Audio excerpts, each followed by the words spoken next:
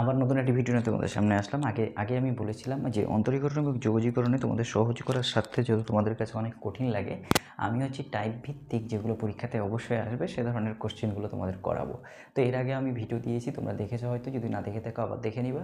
আর যারা এটা ভিডিও দেখতেছো অবশ্যই শেয়ার করবা, কারণ আমি তোমাদের উপকারের জন্য এই ভিডিওগুলো দিচ্ছি যাতে তোমাদের পরীক্ষাতে পড়া কমে যায় এবং কঠিন চ্যাপ্টারগুলো অনেক সহজ হয়ে যায়।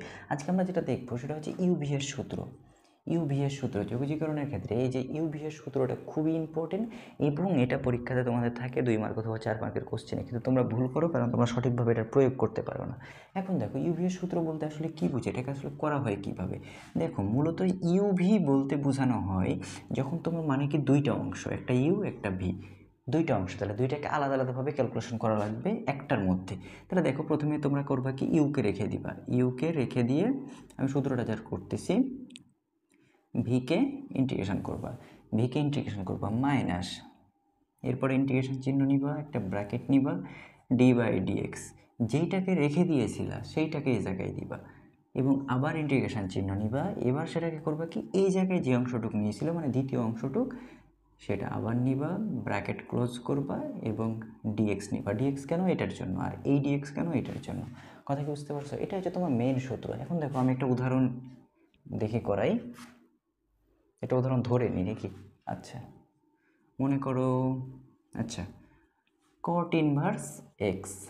এখন দেখো এটা ধরার একটা কারণ আছে, আমি যদি এক্স কট ইনভার্স এক্স দিতাম তাহলে তোমরা বুঝে নিতে এটা ইউ এটা ভি, কিন্তু এটা থেকে বোঝা যাচ্ছে যে ইউ ভি কিছু আছে না নাই, নাই। এর মানে আমি এখন এটাকে বানাই নিব ইউ ভি এর মতো। তাহলে বানাই নিতে হলে কী করতে হবে দেখো তো,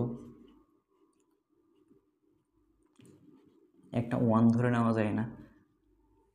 হ্যাঁ বলো যে ভাইয়া ওয়ান কই থেকে পেলেন? আমি ওয়ানটা নিয়ে আসলাম আর কি কোথাও থেকে, মনে করো তোমার যে দেখতেছো তার শ্বশুরবাড়ি থেকে নিয়ে আসলাম এটা, ঠিক আছে। এটার কোনো হচ্ছে কি, ওয়ান তুমি যার সাথেই গুণ করো এটা আজীবনই ওয়ান, এত কোনো পরিবর্তন নাই, তাই না? তাহলে এখন দেখো এই অংশটুকু আমার কি ইউ, আর এই অংশটা ভি, এটা বড় হাতের ইউ হবে আর কি, ঠিক আছে। এখন দেখো এখন এই সূত্র অনুযায়ী ফালাই দাও, দেখে দেখে বসায় দাও, একবার দেখে দেখে বসাও, তারপরে তোমরা তখন না দেখেই পারবা। তাহলে এটা ইউ এর মান এবং ভি কত ধরেছো? ওয়ান ধরেছো, তাহলে ওয়ান ডিএক্স মাইনাস ইন্টিগ্রেশন দাও ডি বাই ডিএক্স, ইউ কত ধরেছিলা? কট ইনভার্স এক্স। এখন কিন্তু এটা সূত্র মুখস্থ থাকা লাগবে। আবার বলো না যে ভাই আমি জানি না কট ইনভার্স এক্সের ডিফারেন্সিয়েশন করলে কী হয়। ভি এর মান কত ছিল? ওয়ান ডিএক্স, এখানে একটা ব্র্যাকেট ছিল না, এই যে ব্র্যাকেট নাও, ডিএক্স নাও। কি বুঝতে পারছো? তাহলে ওয়ানকে করলে কি হয়? এক্স হয় না, তো এক্সটাকে লিখে দাও এক্স কট ইনভার্স এক্স। এখন দেখো এই কট ইনভার্স এক্সকে করলে আসলে কি হয়, কট ইনভার্স এক্সকে করলে আমাদের যেটা হয় সেটা হচ্ছে কি minus one by one plus x square, minus one by one plus x square into ওয়ানকে করলে কি হয় এক্স, না ডিএক্স আছে না। এখন দেখো এর পরের লাইনে এই যেটুক ছিল সেটুকু আমার থেকে যায় কট ইনভার্স এক্স মাইনাস, এখন দেখো এখানে এক্সটা যদি নিয়ে নাও, আচ্ছা এখানে একটা এক্সট্রা হাফ নেওয়া যায় মাইনাস ওয়ান আসে প্লাস, তাহলে এখানে কী হবে বলো তো, যদি এক্সট্রা হাফ নিয়েছো তাহলে এখানে একটা টু চলে আসবে না, one plus x square dx. দেখো তো ঠিক আছে নাকি? দেখো ভালো করে দেখো। এখন বলতে পারবো হ্যাঁ টুটা হাফটা কেন নিলাম? হাফটা নেওয়ার এই কারণে, কারণ আমাদের x by one plus x স্কোয়ারের কোনো সূত্র নাই, কিন্তু two x by one plus x স্কোয়ারের সূত্র আছে। কিসের সূত্র? লনের সূত্র। তাহলে আমি এখন এটা ইজিলি লিখতে পারি x cot inverse x plus half into কী লিখতে পারি বলো তো, এখানে ln one plus x square plus c. এটাই হচ্ছে আমাদের অ্যান্সার। কি আশা করি বুঝতে পারছো? ঠিক আছে, খুবই সহজ অঙ্ক। দেখো আমি যে এই যে লন ওয়ান প্লাস এক্স স্কোয়ার নিলাম, এটা কেন নিলাম? এটা তো আমাদের সূত্র, এটা তো মুখস্থ থাকা লাগবে।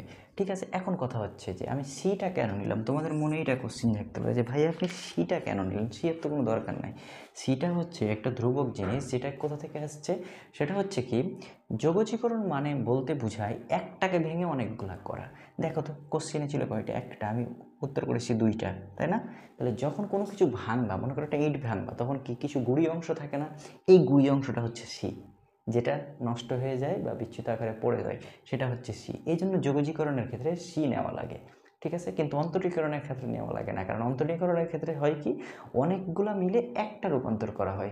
তোমরা হয়তো ফিজিক্সে পড়েছো ফিউশন, নিউক্লিয়ার ফিউশন এবং নিউক্লিয়ার ফিশন, অনেকগুলো থেকে একটা হয়, আবার একটা ভেঙে অনেকগুলো হয়। তো এই বিষয়টা হচ্ছে তেমন, যৌগজীকরণের ক্ষেত্রে একটাকে ভেঙে অনেকগুলো করি, তখন ভাঙা কিছু অংশ থাকে, এই জন্য এখানে সি ব্যবহার করা হয়। আশা করি বুঝতে পেরেছো। তারপরে যদি সমস্যা থাকে অবশ্যই আমাকে জানাতে পারো। ধন্যবাদ সকলকে।